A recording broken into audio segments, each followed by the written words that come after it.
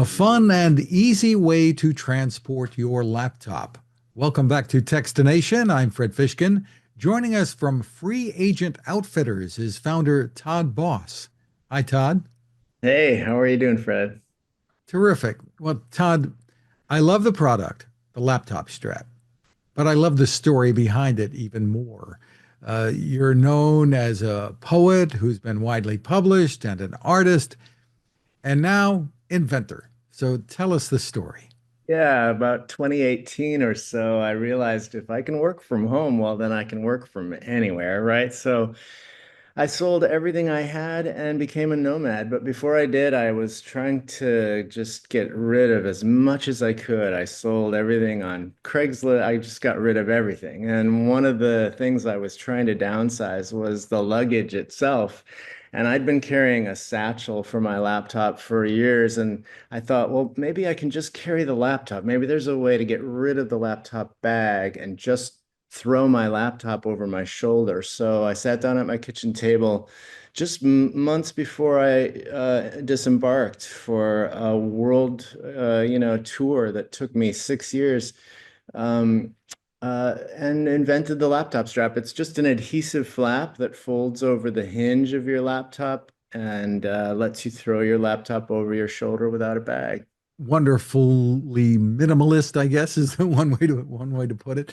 I guess one concern that some might have is how secure it is using adhesive on the laptop, and does it ruin the laptop if you want to take it off? Yeah, I had to work with a factory to find just the right adhesive. It's independently pull tested to 114 pounds. So we've actually swung a 6-year-old girl from a laptop in the park for a photo shoot. And we had to do take after take after take with the same laptop strap on the same laptop, my laptop actually. And there was no sign of wear. So it's a really solid hold. It's got you. And yet it peels off without any residue. It's kind of a one and done application, but it's designed not to mess with the finish of your machine. So you can take it off without any sign. There are different designs for laptops, so I suppose this works best with certain kinds. Tell us about that. Yeah, we've got a list, kind of a sizing chart on our website and on Amazon so that you're sure to get the right fit for your machine. We can only fit those machines that the laptop strap doesn't cover over any ports or air fans or serial numbers. So it does limit some things a little bit, but we're still covering Apple, Microsoft, and some of the big brands. So I trust from what you said that you said 6 years you were on the road, so to speak. So now you've landed once again from the nomadic venture. Yeah, I found an amazing girlfriend in Los Angeles, and about a year ago, we moved to Austin, Texas. So we're here now for the foreseeable future.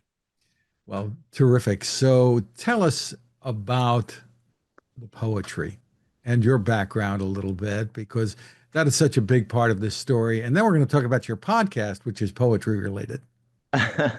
Well, thanks for asking about it. I have a master's degree in poetry. I've got 4 books with a major New York publisher, which is a very lucky thing for a poet. And I see them as related, the laptop strap and the poetry, in a couple of ways. I really love poetry that's spare and elegant. And those are two great ways to describe the laptop strap. It's the kind of thing that once you get used to, you kind of can't live without. And poetry at its best is kind of like that too.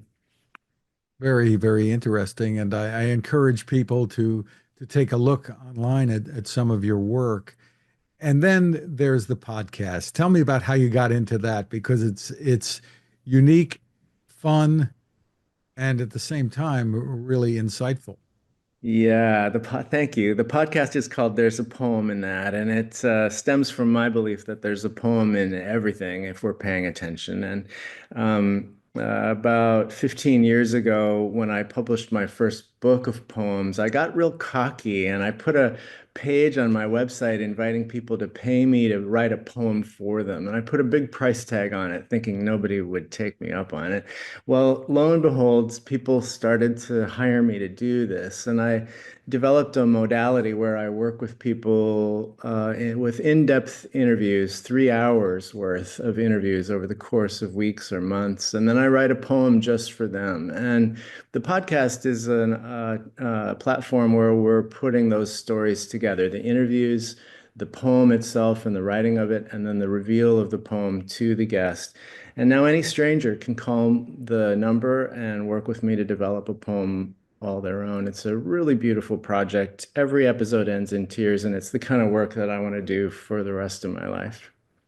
And it puts you directly in touch with people who might ordinarily just be readers of yours and makes them part of the creation process. That's right. I think of them as collaborators on a certain level. And even though what comes eventually surprises both of us when the finished poem is ready to deliver, they're instrumental, of course, in the making of it. And I think this is a modality that more poets can embrace. So I'm becoming something of an ambassador of this type of work to other poets.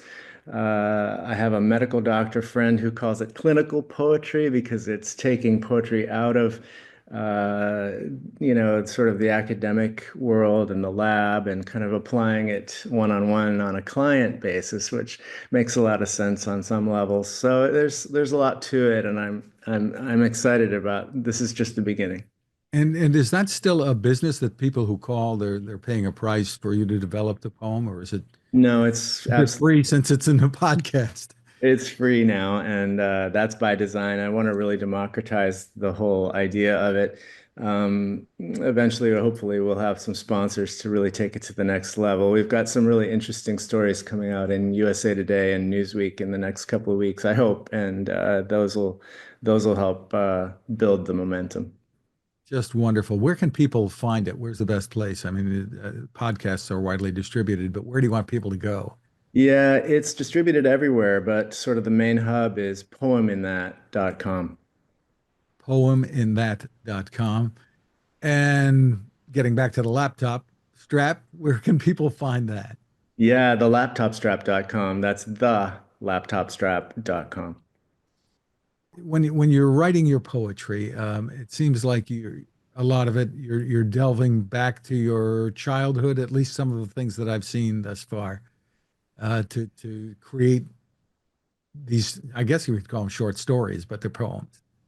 Yeah, there's a real I don't write for the academy. I write for people like my family who are working class people and farmers from Wisconsin, and I write for them because those are the people that that are ultimately reading this stuff that matter to me. And so yeah, there's a lot of storytelling, and it's pretty accessible work by and large.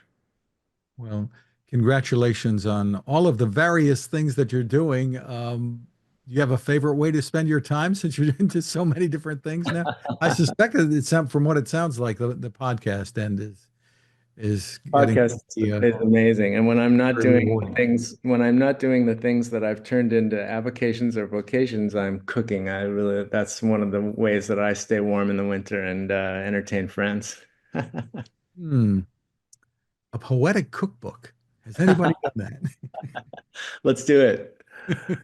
Sounds wonderful. Todd Boss, thank you so much for spending time with us. Thanks, Fred.